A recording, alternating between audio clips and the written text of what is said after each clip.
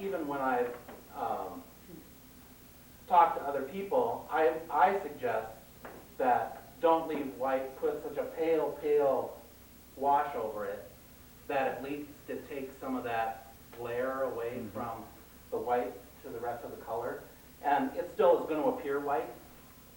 So, and now I'm just going to deepen this a little bit. I wasn't quite willing to walk in here for a demo completely without having done this, even though I do believe in happy accidents and I mean, the truth of the matter is I kind of discovered this all by accident because I've just basically had gotten to the point where I've learned to cover up my whites as much as possible. And you'll notice also I'm not paying particular attention to the lines or anything like that because I can define those all later. What color is that? This one is called Permanent Magenta. And has a nice, rich color to it. And now the stem, of course, which is supposed to be green, is going to get, and this is one of the things about working with paint, I don't have it all out ahead of time, but I have kind of learned to roughly what the tube color looks like. And so this is actually one of my favorite yellows, Naples yellow. And I was going to use that smaller brush, but it takes too long. We'll just have to be a little bit more brave.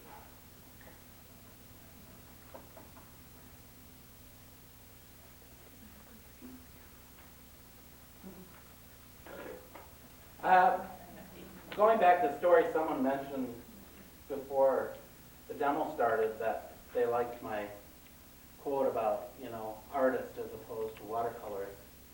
And I have a really, I think, interesting story, although I guess you could also kind of self-promoting.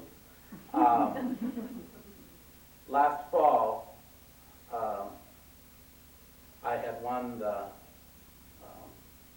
North Star Best of Show. But the week before, had been in Extremely Minnesota, which was a juried show. And I was pleased to get both of my pieces accepted. And then, as it turned out, both of the pieces also won awards. And so the top award, Best of Show, I also won there. So that was 2 Best of Shows in a week, so that was very nice. And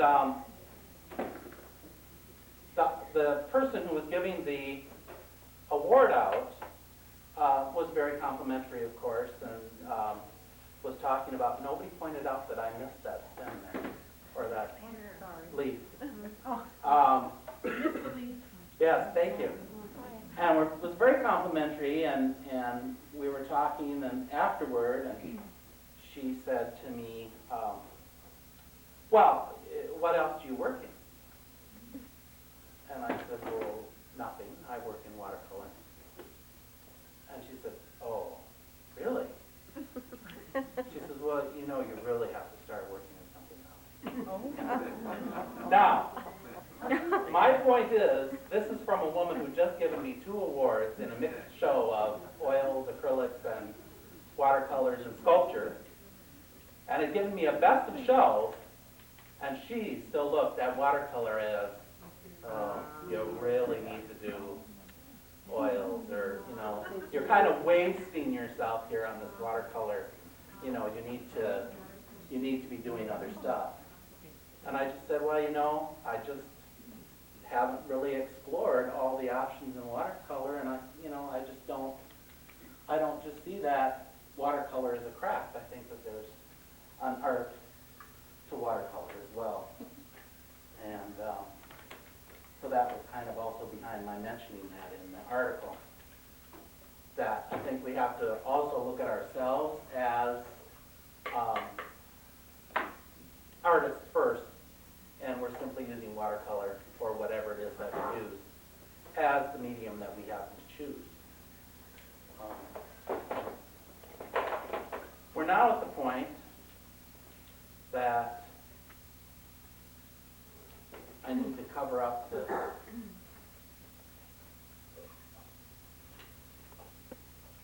awful glaring white. Got a couple options here. You know what I think I will do? I was going to put red on, and the last time I did one other demo before, and I kept losing the lids. So Yeah, that's always the somebody problem. keep track of where my lids fly They are really hard to keep track of. when I work. I was told after my last demo that someone emailed me the next day, and we had about 20 emails, and they were trying my technique, and they said, you know, I never thought of it, she said, but this is an absolutely wonderful idea for plein air.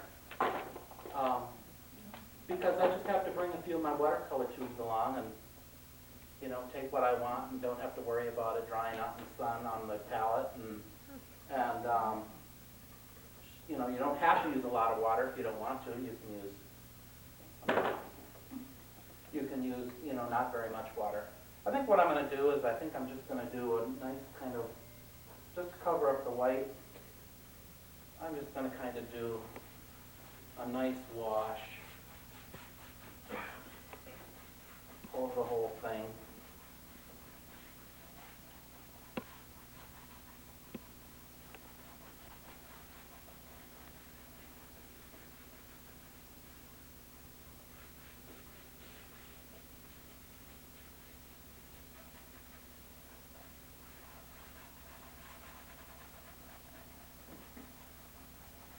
Don't panic yet, it comes later.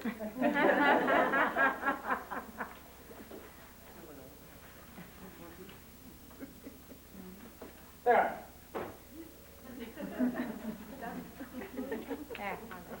I think I got most of it. Okay. I feel much better now.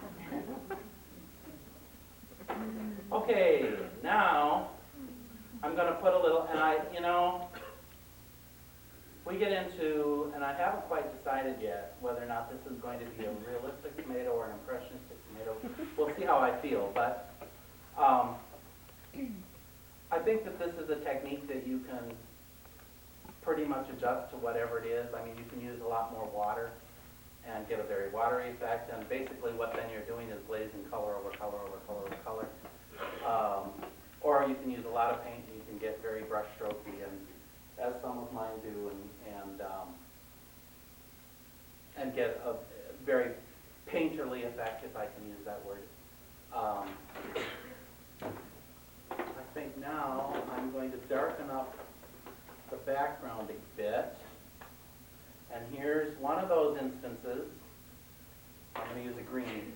As much as I hate to admit it, just like I hate to admit that I use small brushes, but this is Joe's green, otherwise known as Fallow, simply American Journey's Joe's. American Journey's Fallow. Basically, what I do is I just work layer upon layer. You know, after you've watched me paint probably for 10 minutes, you understand the technique probably, and the rest of the time is just fluff. But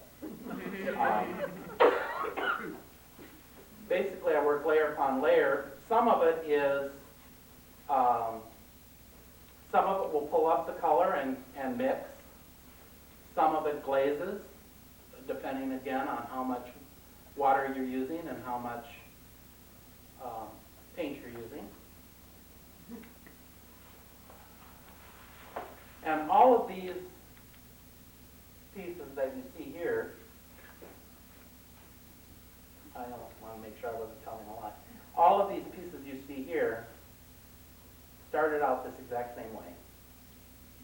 Whether or not they were more realistic, which, you know, is, as I pointed out to people on Wednesday morning, is a cruel thing to say to me.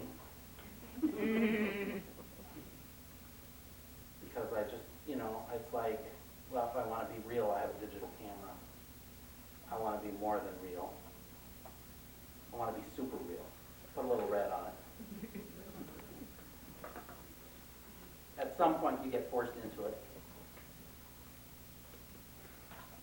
And again, it's going to be glazing them. It's not like I use gobs and gobs of paint most of the time. I use a lot more paint generally on a canvas, when I'm working on a canvas, than when I'm working on paper. Simply because on the canvas, the paint comes up easier, and so I need to kind of use a lot more pigment to kind of keep it. Are you saying you use watercolor on canvas? Oh yeah, all of the canvas. The 4 canvases here that I do have here are watercolor. And do you size the canvas with gesso or anything like that? I bought them already pre-gessoed. Oh, okay. So, and in question I heard is a watercolor canvas. I have worked on watercolor canvas. I think only one of these is watercolor canvas. I don't see much difference between Right. watercolor canvas and filled canvas. That's what I thought. I think it's a, you know, and I've been in business for 30 years. I know a marketing gimmick when I see it. So after I tried it, and then I thought, you know, I used to work, of course, on canvas exclusively when I was an oil painter, and I thought, you know, this really doesn't act much different than any other canvas I've ever worked on. And so I went and I bought some and I did explore, you know, I bought some really expensive canvas, linen, you know, stretched, and I bought really, really cheap canvas. And other than the fact that they have a difference in the tooth and how they're gessoed, so they may have a difference in the texture or the tooth that they have and how they accept paint that way. Other than that, it's basically all the same. You know, I'm just giving myself a little bit of a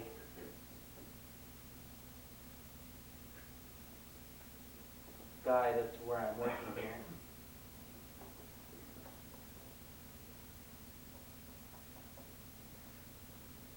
You do have to, however, keep track of your paints. We're going to start by trying to put, and again, this is one of those rules that I'm breaking, because we all know that once you lose your lights in watercolor, you just can't bring them back. So we're going to demystify that concept right now.